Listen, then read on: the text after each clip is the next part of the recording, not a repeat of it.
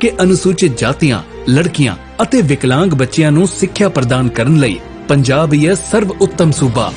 ਨਾਲ ਹੀ ਇਹ ਵੀ ਘੋਸ਼ਣਾ ਕੀਤੀ ਕਿ ਸਿੱਖਿਆ ਦੇ ਬੁਨਿਆਦੀ ਢਾਂਚੇ ਦਾ ਭਾਰਤ ਭਰ ਵਿੱਚ ਹੈ ਪਹਿਲਾ ਸਥਾਨ। ਲੈਬੋਰੇਟਰੀਆਂ, ਕੰਪਿਊਟਰ ਲੈਬ, ਸਾਫ਼ ਪੀਣ ਦਾ ਪਾਣੀ, ਟਾਇਲਟ, ਕਲਾਸਰੂਮਾਂ ਦੀ ਗਿਣਤੀ, ਸਕੂਲ ਦਾ ਗਵਾਂਢ ਵਿੱਚ ਹੋਣਾ, ਇਹਨਾਂ ਸਭ ਮਾਪਦੰਡਾਂ ਵਿੱਚ ਪੰਜਾਬ ਨੇ ਸਮੁੱਚੇ ਸੂਬਿਆਂ ਨੂੰ ਪਿੱਛੇ ਛੱਡਿਆ। ਜੋ ਪੰਜਾਬ ਦਾ ਨਾਮ ਵਧ ਰਿਹਾ ਉਹ ਤੁਸੀਂ ਬਣਾਇਆ, ਤੁਸੀਂ ਸਾਰੇ ਟੀਚਰਾਂ ਨੇ। ਮੈਂ ਤੁਹਾਡੇ ਸਾਰਿਆਂ ਨੂੰ ਦਿਲੋਂ ਬਹੁਤ ਧੰਨਵਾਦੀ ਹਾਂ ਤੁਹਾਡਾ। ਪ੍ਰਿੰਸੀਪਲ, ਹੈਡਮਾਸਟਰ ਤੇ ਟੀਚਰਾਂ ਦੀ ਉਪਲਬਧਤਾ, ਵਿਦਿਆਰਥੀਆਂ ਅਤੇ ਟੀਚਰਾਂ ਦੀ ਹਾਜ਼ਰੀ, ਸਕੂਲ ਵਿੱਚ ਦੁਪਹਿਰ ਦਾ ਭੋਜਨ, ਪਾਰਦਰਸ਼ਤਾ ਨਾਲ ਟੀਚਰਾਂ ਦੀ ਭਰਤੀ ਨਾਲ ਪੰਜਾਬ ਦਾ ਸੂਬਾ ਬਣਿਆ ਦੇਸ਼ ਦਾ ਮੋਹਰੀ। ਬੱਚਿਆਂ ਦਾ ਸਕੂਲ ਵਿੱਚ ਦਾਖਲਾ, ਪੜ੍ਹਾਈ ਛੱਡ ਚੁੱਕੇ ਬੱਚਿਆਂ ਨੂੰ ਦੁਬਾਰਾ ਸਕੂਲ ਵਿੱਚ ਪੜਾਉਣਾ, ਬੱਚਿਆਂ ਨੂੰ ਪੜ੍ਹਾਈ ਛੱਡਣ ਤੋਂ ਰੋਕਣਾ, ਇਹਨਾਂ ਮਾਪਦੰਡਾਂ ਵਿੱਚ ਵੀ ਪੰਜਾਬ ਨੇ ਹਾਸਲ ਕੀਤਾ ਪਹਿਲਾ ਸਥਾਨ। ਅਸੀਂ ਹੁਣ ਪਹੁੰਚ ਗਏ ਹਾਂ ਪਹਿਲੇ ਨੰਬਰ ਤੇ। ਹੁਣ ਆਪਾਂ ਪਹਿਲੇ ਨੰਬਰ ਤੋਂ ਉਤਰਨਾ ਨਹੀਂ, ਉੱਥੇ ਹੀ ਰਹਿਣਾ ਹੈ ਔਰ ਉੱਥੇ ਹੀ ਤਗੜੇ ਰਹਿਣਾ ਹੈ। ਪੰਜਾਬ ਸਰਕਾਰ ਰੱਖੇ ਤੁਹਾਡੇ ਬੱਚਿਆਂ ਦਾ ਖਿਆਲ।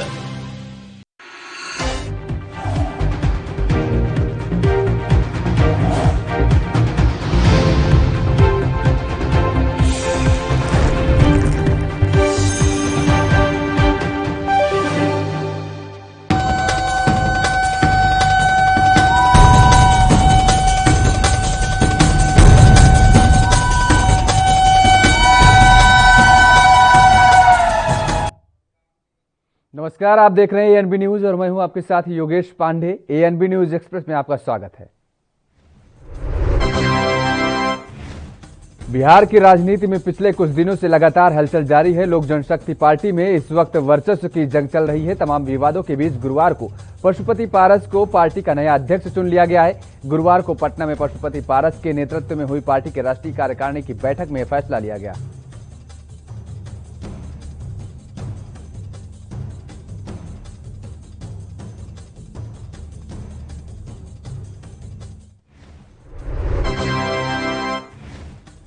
वहीं दूसरी तरफ चिराग पासवान ने भी लोक जनशक्ति पार्टी के राष्ट्रीय अध्यक्ष होने का दावा करते हुए अपने विश्वसनीय राजू तिवारी को बिहार प्रदेश लोजपा का नया अध्यक्ष घोषित कर दिया है।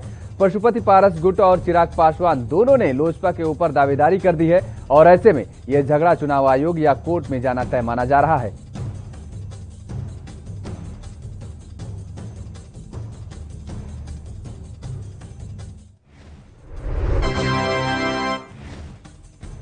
यूपी की योगी सरकार और बीजेपी संगठन 2022 विधानसभा चुनाव की तैयारियों में जुटी है और जिसके लिए एक के बाद एक कदम उठाए जा रहे हैं। कार्यकर्ताओं का उत्साह और मनोबल बढ़ाने के लिए बीजेपी नेतृत्व ने कई मोर्चों पर कार्य तेज कर दिया है। योगी सरकार ने निगम आयोग, बोर्ड और निकायों के रिक्त पदों पर राजनीतिक तैनाती का काम शुरू कर दिया है।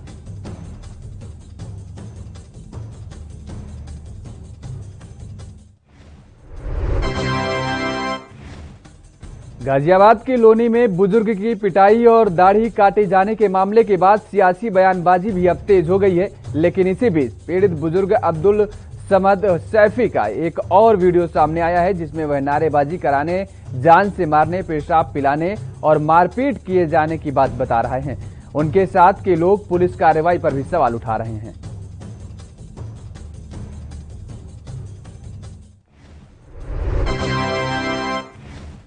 हालांकि बुजुर्ग की ओर से लिखित में जो शिकायत दी गई थी उसमें उन्होंने अलग बयान दिए हैं। अब यहां उनके इन बयानों को लेकर असमंजस की स्थिति पैदा हो गई है कि उन्होंने जो लिखित में शिकायत दी थी वो सच है या वो कैमरे पर जो बोल रहे हैं वो सच है। हालांकि इस मामले में पुलिस ने अब तक कई लोगों को गिरफ्तार कर लिया है।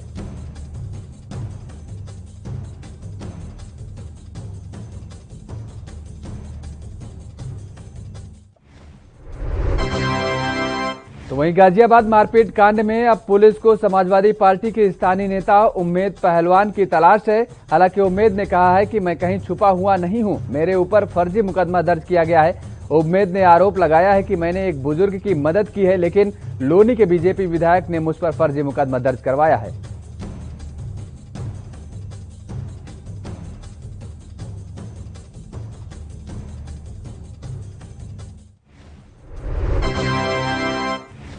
वहीं घटना की जानकारी देते हुए उम्मेद ने बताया कि मैं सिर्फ बुजुर्ग को लेकर थाने गया और शिकायत दर्ज करवाई, लेकिन मुझ पर फर्जी तरह से केस दर्ज किया गया।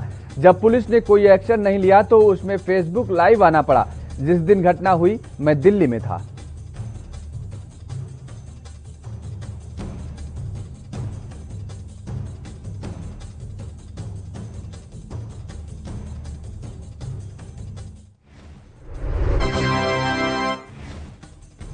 मुंबई के इंटालिया केस में एनआईए ने पूर्व एनकाउंटर स्पेशलिस्ट प्रदीप शर्मा को गिरफ्तार कर लिया है। प्रदीप शर्मा का विवादों से पुराना नाता रहा। अब इस मामले में उनका नाम पूर्व एपीआई सचिन वाजे के साथ जोड़ा जा रहा है। यही वजह है कि एनआईए की टीम ने उनके घर पर छापेमारी की और घंटों पूछताछ के बाद प्रदीप शर्मा को गिरफ्तार किया।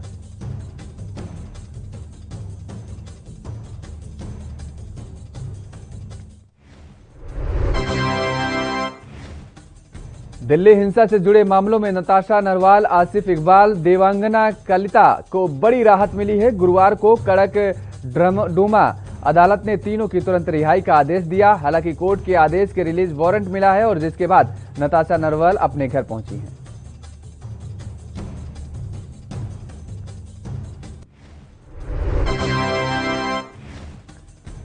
उत्तर प्रदेश के उन्नाव जिले में एक सड़क दुर्घटना में 2 युवकों की मौत हो गई है। स्थानीय लोग नाराज हो गए और पुलिस पर पथराव भी कर दिया।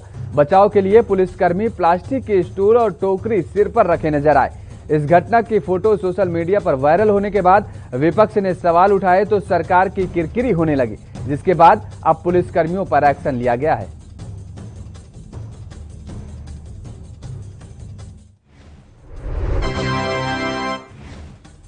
दरअसल मामले पर आईजी लखनऊ रेंज लक्ष्मी सिंह ने गहरी नाराजगी जताई है। उन्होंने इसे स्थानीय पुलिस की शिथिलता, अक्षमता और गैर व्यावसायिक दक्षता वाला कृत्य मानते हुए सदर कोतवाल दिनेश चंद्र मिश्र, मगरवाड़ा चौकी प्रभारी अखिलेश यादव समेत 2 सिपाहियों को निलंबित करके फरमान जारी कर दिया है। और यही नहीं, क्षेत्राधिकारी नगर कृपाशंकर से स्पष्टीकरण भी मांगा गया है।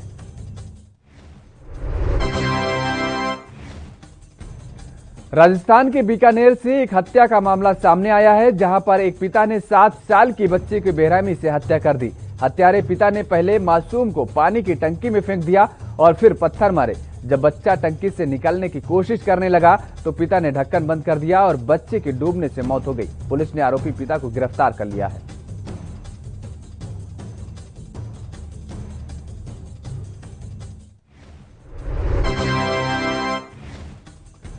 सीबीएसई बोर्ड की 12वीं की परीक्षा कैंसिल होने के बाद बीते 10 दिन से जिस फॉर्मूले का छात्र इंतजार कर रहे थे वो अब सामने आ चुका है।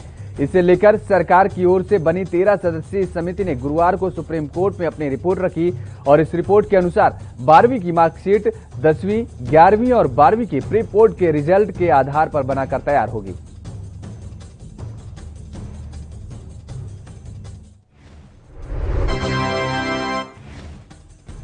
कोरोना के घटते मामलों को देखते हुए हिमाचल सरकार ने अपनी सीमाओं को सैलानियों के लिए खोल दिया था, लेकिन छूट मिलते ही हाईवे पर हजारों की संख्या में गाड़ियों की लाइन लगने शुरू हो गई और जिसके बाद एक बार फिर से राज्य सरकार ने पर्यटकों के लिए नई गाइडलाइन जारी कर दी है, जिसमें दूसरे राज्यों से आने वाले लोगों को हिमाचल में प्रवेश के लिए कोविड-19 का ई पास होना जरूरी होगा।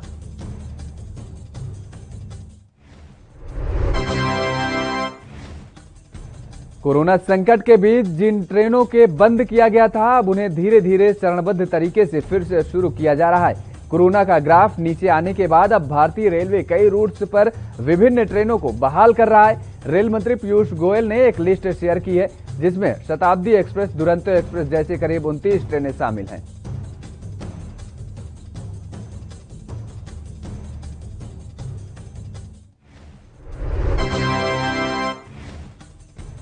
कोरोना संक्रमण के घटते मामलों के बीच शुक्रवार से एम्स में ओपीडी सेवाएं दोबारा से शुरू हो जाएंगी। मरीजों को इलाज के लिए ऑनलाइन माध्यम से ही अपना पंजीकरण कराना होगा। अभी सीधे अस्पताल में जाकर पंजीकरण की सुविधा नहीं मिलेगी। इलाज के लिए पहुंचने वाले मरीजों को कोविड से बचाव के नियमों का सख्ती से पालन करना होगा।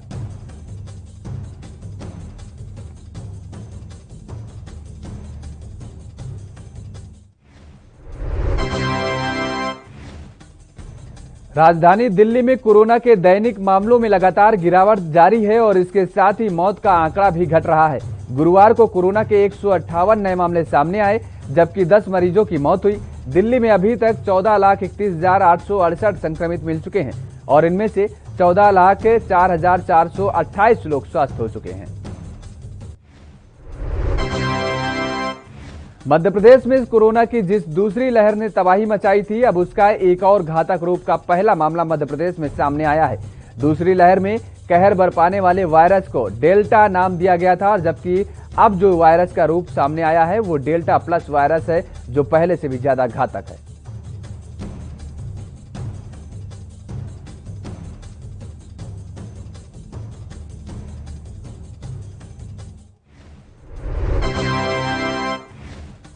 नब्बे 90.4% तक असरदार कोरोना की नोवावैक्स वैक्सीन पर अगले महीने परीक्षण शुरू हो सकता है। सीरम इंस्टीट्यूट ऑफ इंडिया के सीईओ अदर पूनावाल ने जुलाई माह में यह परीक्षण शुरू होने की संभावना जताई है और इसके साथ ही सितंबर माह तक यह कोवैक्स नाम से भारत में उपलब्ध होने की जानकारी भी दी गई है।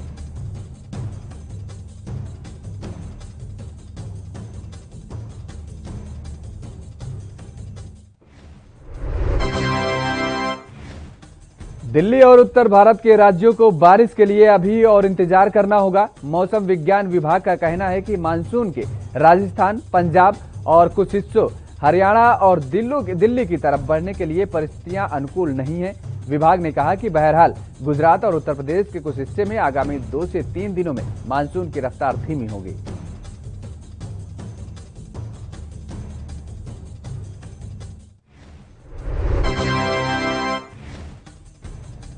वहीं इससे पहले मौसम विभाग ने पहले पूर्वानुमान जताया था कि मानसून 12 दिन पहले ही 15 जून तक दिल्ली पहुंच जाएगा।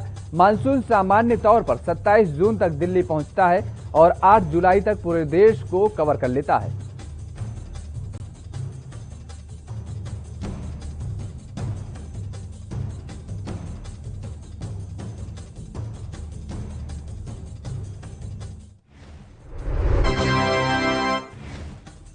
वर्ल्ड टेस्ट चैंपियनशिप के फाइनल के लिए टीम इंडिया की प्लेइंग 11 का ऐलान हो गया है और साउथहैम्पटन में न्यूजीलैंड के खिलाफ शुक्रवार से शुरू हो रहे खिताबी मुकाबले में टीम इंडिया 6 बल्लेबाजों और 5 गेंदबाजों के साथ उतरेगी। टीम इंडिया के प्लेइंग 11 की जानकारी बीसीसीआई ने ट्वीट करके दी है।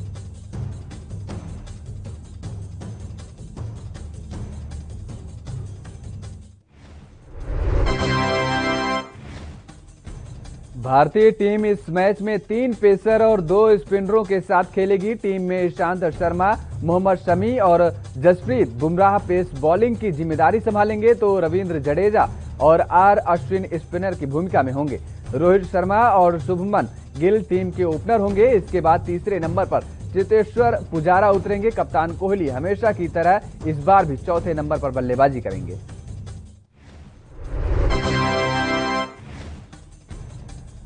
पंजाब में आम आदमी पार्टी से बगावत कर विधायक सुखपाल खैरा ने अपनी पंजाब एकता पार्टी बनाई थी। गुरुवार को उन्होंने 2 अन्य विधायक जगदेव सिंह और पीरमल सिंह के साथ दिल्ली में कांग्रेस नेता राहुल गांधी से मुलाकात की। इस दौरान उन्होंने अपनी पार्टी का कांग्रेस में विलय की घोषणा कर दी है। उनके साथ उत्तराखंड के पूर्व सीएम और कांग्रेस के पंजाब प्रभारी हरीश रावत भी मौजूद रहे।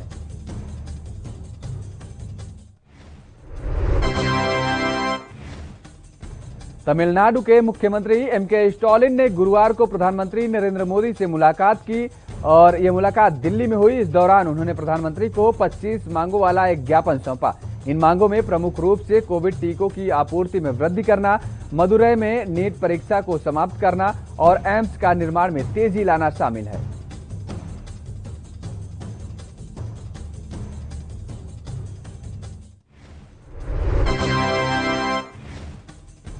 सरकार के राष्ट्रीय टीकाकरण तकनीकी सलाहकार समूह के कोविड-19 संबंधी कार्य समूह के प्रमुख डॉक्टर एनके अरोड़ा ने कहा है कि कोविशील्ड की सिंगल डोज डेल्टा के खिलाफ 61 प्रभावी है। 61%। कोविशील्ड की खुराकों के बीच अंतराल को लेकर हो रही बहस पर उन्होंने कहा कि हम इसकी समीक्षा करेंगे और नए आंकड़ों के आधार पर उचित कदम भी उठाएंगे। यहां रुकते हैं एक छोटे से ब्रेक के लिए। ब्रेक के बाद फौरन हाजिर होते हैं।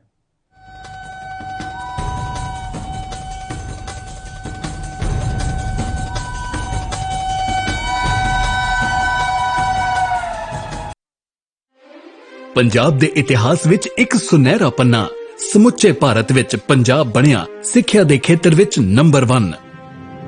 ਭਾਰਤ ਸਰਕਾਰ ਨੇ ਐਲਾਨ ਕੀਤਾ ਕਿ ਅਨੁਸੂਚਿਤ ਜਾਤੀਆਂ, ਲੜਕੀਆਂ ਅਤੇ ਵਿਕਲਾਂਗ ਬੱਚਿਆਂ ਨੂੰ ਸਿੱਖਿਆ ਪ੍ਰਦਾਨ ਕਰਨ ਲਈ ਪੰਜਾਬ ਹੀ ਹੈ ਸਰਵ ਉੱਤਮ ਸੂਬਾ। ਨਾਲ ਹੀ ਇਹ ਵੀ ਘੋਸ਼ਣਾ ਕੀਤੀ ਕਿ ਸਿੱਖਿਆ ਦੇ ਬੁਨਿਆਦੀ ਢਾਂਚੇ ਦਾ ਭਾਰਤ ਭਰ ਵਿੱਚ ਹੈ ਪਹਿਲਾ ਸਥਾਨ।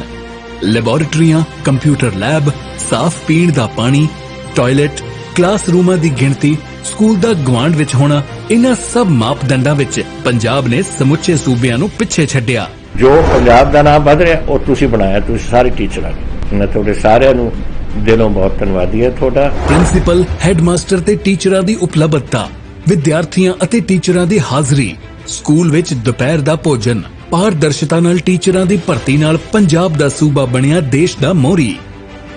ਬੱਚਿਆਂ ਦਾ ਸਕੂਲ ਵਿੱਚ ਦਾਖਲਾ, ਪੜ੍ਹਾਈ ਛੱਡ ਚੁੱਕੇ ਬੱਚਿਆਂ ਨੂੰ ਦੁਬਾਰਾ ਸਕੂਲ ਵਿੱਚ ਪੜ੍ਹਾਉਣਾ, ਬੱਚਿਆਂ ਨੂੰ ਪੜ੍ਹਾਈ ਛੱਡਣ ਤੋਂ ਰੋਕਣਾ, ਇਹਨਾਂ ਮਾਪਦੰਡਾਂ ਵਿੱਚ ਵੀ ਪੰਜਾਬ ਨੇ ਹਾਸਲ ਕੀਤਾ ਪਹਿਲਾ ਸਥਾਨ।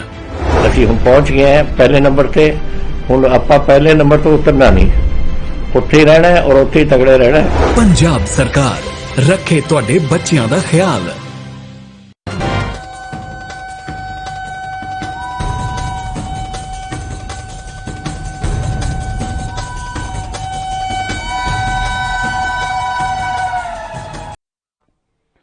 ब्रेक के बाद एक बार फिर आप सभी का स्वागत है। एएनबी न्यूज एक्सप्रेस में आगे बढ़ेंगे। राष्ट्रीय जांच एजेंसी ने पूर्व एनकाउंटर स्पेशलिस्ट प्रदीप शर्मा के मुंबई स्थित आवास पर छापेमारी की है। इंटेलिया बम मामले में प्रदीप शर्मा से पूछताछ की गई। एनआईए अधिकारियों द्वारा प्रदीप शर्मा के आवास की तलाशी ली गई। बता दें कि प्रदीप शर्मा को सचिन वाजे का मेंटर भी कहा जाता है और इससे पहले भी एनआईए ने पूछताछ की थी।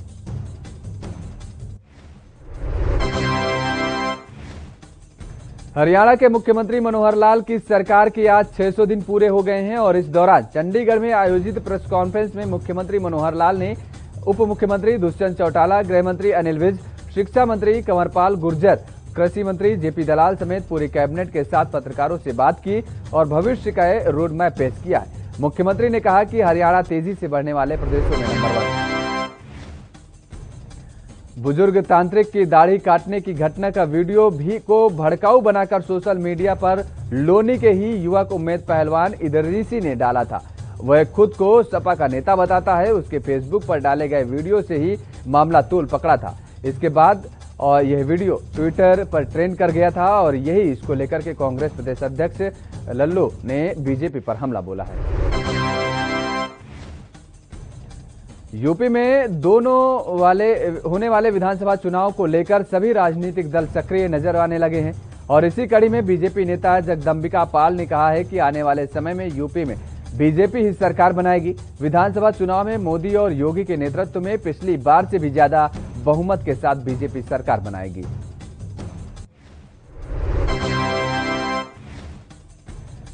बिहार के मुजफ्फरपुर जिले में एक बड़ा हादसा हुआ है। बताया जा रहा है कि एक तेज रफ्तार कार रेलिंग तोड़कर नदी में गिर गई है, जिससे कार में सवार 3 लोगों की मौके पर ही मौत हो गई, जबकि 3 लोगों को सुरक्षित बाहर निकाल लिया गया है।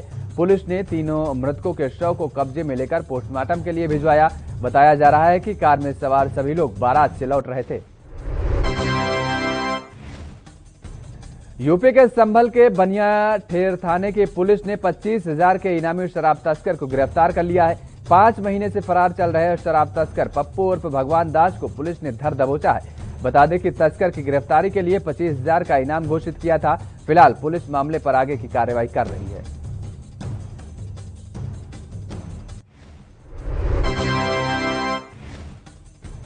अमेठी में इन दिनों अधिकारियों और कर्मचारियों की मनमानी के चलते गेहूं खरीद का कार्य अधर में लटक गया है।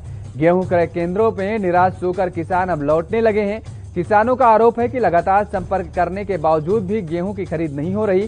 सरकार की ओर से निर्धारित समर्थन मूल्य पर गेहूं बेचने के लिए महीनों से किसान चक्कर काट रहे हैं।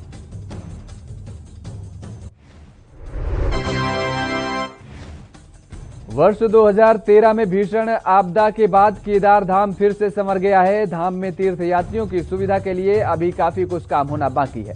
प्रधानमंत्री नरेंद्र मोदी के ड्रीम प्रोजेक्ट के रूप में केदारनाथ धाम के पुनर्निर्माण किया जा रहा है और दूसरे चरण में धाम में म्यूजियम, अस्पताल, अतिथिगृह समेत अन्य निर्माण कार्य किए जाने। बता दें कि अब तक लगभग 150 करोड़ का कार्य हो चुका है। कांग्रेस के कद्दावर नेता इंदिरा हृदय के निधन के बाद अब उनकी राजनीतिक विरासत को संभालने के और आगे तक ले जाने के लिए चर्चाएं शुरू हो गई हैं। सबसे छोटे पुत्र सुमित हृदय पिछले 15 सालों से हल्द्वानी की राजनीति में सक्रिय भूमिका निभा रहे हैं और इसी पर पूर्व विधानसभा अध्यक्ष और जागेश्वर विधायक गोविंद सिंह कुंजवाल ने कहा है कि इंदिरा हृदय के राजनीतिक विरासत संभालने के लिए सुमित हृदय सबसे उपयोगी साबित होंगे। नैनीताल हाईकोर्ट ने सरकार से पूछा है कि यदि वह चार धाम यात्रा को चरणबद्ध तरीके से शुरू करती है तो उसके पास क्या व्यवस्थाएं होंगी, एसओपी क्या होगी और यात्रियों के साथ ही स्थानीय निवासियों के लिए मेडिकल सुविधाएं और उनकी सुरक्षा के लिए क्या व्यवस्थाएं होंगी। हाईकोर्ट ने सरकार से कहा है कि वह इन सभी बिंदुओं पर समय पर निर्णय ले।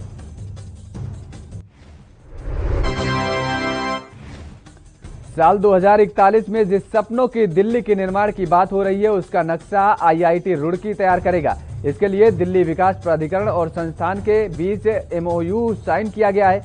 पहले फेज में करीब 7 करोड़ खर्च होंगे, जिसमें वर्तमान की दिल्ली का खाका तैयार करने के बाद भौगोलिक सूचना प्रणाली आधारित मास्टर प्लान तैयार किया जाएगा। हरिद्वार कुंभ के दौरान कोरोना की टेस्ट में फर्जीवाड़े पर विवाद लगातार बढ़ता जा रहा है। अब ऐसे में उत्तराखंड के पूर्व मुख्यमंत्री त्रिवेंद्र सिंह रावत ने कहा है कि सरकार ने इस मामले को गंभीरता से लिया है। रावत ने कहा कि ये लापरवाही नहीं है, ये अपराध है।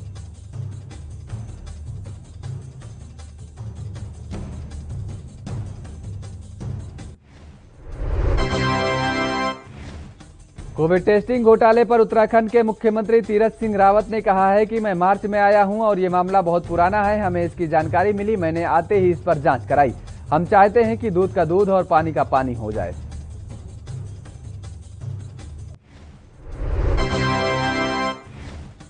उत्तराखंड के पौड़ी में मानसून सीजन को देखते हुए किसी भी आपदा से निपटने के लिए जिलाधिकारी पौड़ी डॉक्टर विजय कुमार जोगदंडे की अध्यक्षता में मॉक ड्रिल का आयोजन किया गया, जिसमें सभी विभागों ने सामान्य जस बनाकर आपदा से निपटने के लिए तैयारियों का जायजा लिया। पौड़ी जिलाधिकारी विजय कुमार ने बताया कि आज मॉक ड्रिल आयोजित करने का मकसद बरसात के समय होने वाली आपदाओं के लिए पहले से तैयार रहना था।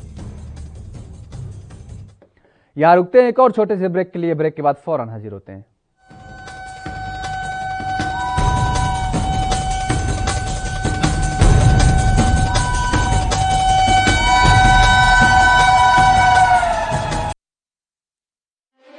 ਪੰਜਾਬ ਦੇ ਇਤਿਹਾਸ ਵਿੱਚ ਇੱਕ ਸੁਨਹਿਰਾ ਪੰਨਾ। ਸਮੁੱਚੇ ਭਾਰਤ ਵਿੱਚ ਪੰਜਾਬ ਬਣਿਆ ਸਿੱਖਿਆ ਦੇ ਖੇਤਰ ਵਿੱਚ ਨੰਬਰ 1। ਭਾਰਤ ਸਰਕਾਰ ਨੇ ਐਲਾਨ ਕੀਤਾ ਕਿ ਅਨੁਸੂਚਿਤ ਜਾਤੀਆਂ, ਲੜਕੀਆਂ ਅਤੇ ਵਿਕਲਾਂਗ ਬੱਚਿਆਂ ਨੂੰ ਸਿੱਖਿਆ ਪ੍ਰਦਾਨ ਕਰਨ ਲਈ ਪੰਜਾਬ ਹੀ ਹੈ ਸਰਵ ਉੱਤਮ ਸੂਬਾ। ਨਾਲ ਹੀ ਇਹ ਵੀ ਘੋਸ਼ਣਾ ਕੀਤੀ ਕਿ ਸਿੱਖਿਆ ਦੇ ਬੁਨਿਆਦੀ ਢਾਂਚੇ ਦਾ ਭਾਰਤ ਭਰ ਵਿੱਚ ਹੈ ਪਹਿਲਾ ਸਥਾਨ।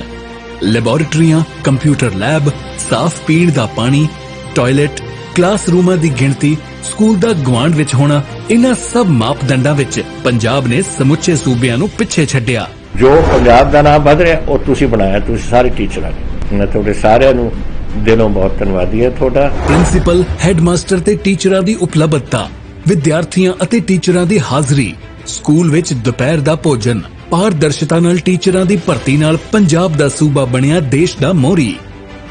ਬੱਚਿਆਂ ਦਾ ਸਕੂਲ ਵਿੱਚ ਦਾਖਲਾ, ਪੜ੍ਹਾਈ ਛੱਡ ਚੁੱਕੇ ਬੱਚਿਆਂ ਨੂੰ ਦੁਬਾਰਾ ਸਕੂਲ ਵਿੱਚ ਪੜਾਉਣਾ, ਬੱਚਿਆਂ ਨੂੰ ਪੜ੍ਹਾਈ ਛੱਡਣ ਤੋਂ ਰੋਕਣਾ, ਇਹਨਾਂ ਮਾਪਦੰਡਾਂ ਵਿੱਚ ਵੀ ਪੰਜਾਬ ਨੇ ਹਾਸਲ ਕੀਤਾ ਪਹਿਲਾ ਸਥਾਨ। ਅਸੀਂ ਹੁਣ ਪਹੁੰਚ ਗਏ ਹਾਂ ਪਹਿਲੇ ਨੰਬਰ ਤੇ। ਹੁਣ ਆਪਾਂ ਪਹਿਲੇ ਨੰਬਰ ਤੋਂ ਉਤਰਨਾ ਨਹੀਂ, ਉੱਥੇ ਹੀ ਰਹਿਣਾ ਔਰ ਉੱਥੇ ਹੀ ਤਗੜੇ ਰਹਿਣਾ। ਪੰਜਾਬ ਸਰਕਾਰ ਰੱਖੇ ਤੁਹਾਡੇ ਬੱਚਿਆਂ ਦਾ ਖਿਆਲ।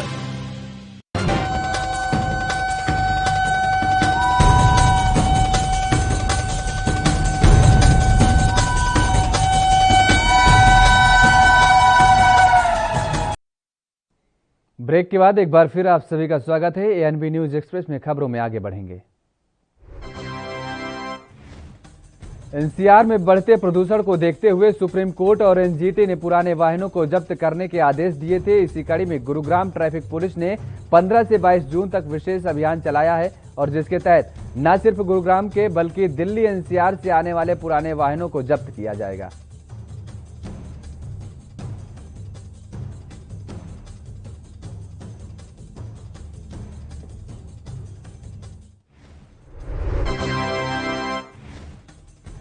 पुडुचेरी में एनडीए के सीएम के रूप में एन रंगासामी को शपथ लिए 1 महीने से ज्यादा हो चुके हैं, लेकिन कैबिनेट गठन को लेकर अभी कोई प्रगति नहीं हो सकी है।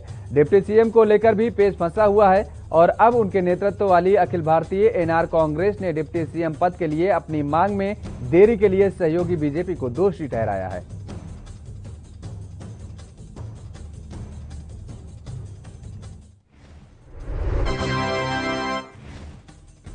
कर्नाटक के पूर्व क्रिकेटर बी विजय कृष्णा का दिल का दौरा पड़ने से निधन हो गया है। कई अंगों में काम करना बंद कर दिया था उनका, और जिसके बाद उन्हें अस्पताल में भर्ती कराया गया था, जहां इलाज के दौरान ही उनका निधन हो गया।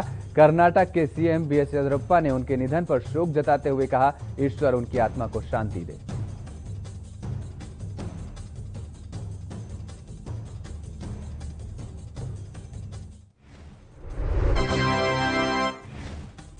जम्मू के अखनूर क्षेत्र के किसान लीची की फसल से काफी लाभ कमा रहे हैं। बागवानी अधिकारी ने बताया कि 2 से 3 साल पहले हमने किसानों को प्रशिक्षण देकर लीची गांव शुरू किया था और जिले में हमने 500 हेक्टेयर क्षेत्र पर लीची लगाई है। 1500 से 2000 किसान हैं जो भरपूर फायदा इसका ले रहे हैं।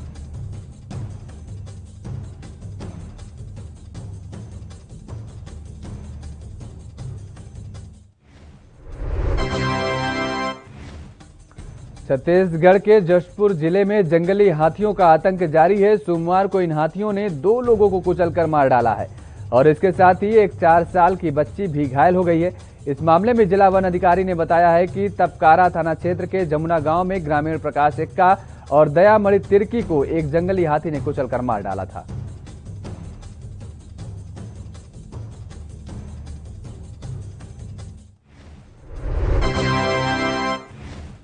बुंदेलखंड के वक्सवाहा में हीरा खनन के लिए जंगल को काटे जाने की चल रही प्रक्रिया के विरोध का दौर जारी है। जंगल को बचाने संत समाज भी अब आगे आया है। चित्रकूट प्रमुख द्वार के महंत स्वामी मदन गोपाल दास ने बक्सवाहा के बमौरी गांव में पर्यावरण चौपाल लगाई और वृक्ष कटाई को रोकने पर जोर दिया। इसके साथ ही वृक्षों से लिपटकर उन्होंने बचाने का संकल्प लिया।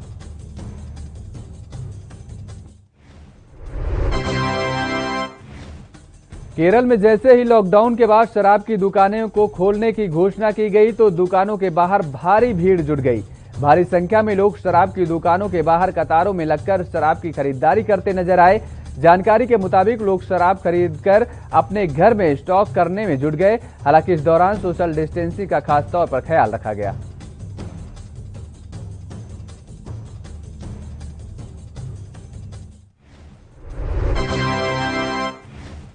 तमिलनाडु के मुख्यमंत्री एम.के. स्टालिन नई दिल्ली पहुंच गए हैं। आपको बता दें कि एम.के. स्टालिन प्रधानमंत्री नरेंद्र मोदी से मुलाकात के बाद चेन्नई से दिल्ली पहुंचे हैं और मुख्यमंत्री बनने के बाद यह उनकी पहली नई दिल्ली यात्रा है।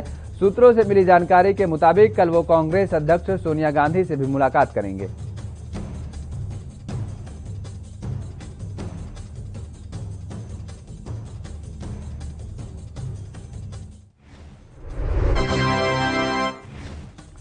भारतीय मूल के माइक्रोसॉफ्ट के सीईओ सत्या नडेला सफलता के सोपान पर चढ़ते जा रहे हैं। अब माइक्रोसॉफ्ट ने उन्हें अपना चेयरमैन बना दिया है। नडेला जॉन थॉमसन का स्थान लेंगे। गौरतलब है कि सत्या नडेला साल 2014 में माइक्रोसॉफ्ट के मुख्य कार्यकारी अधिकारी बने थे।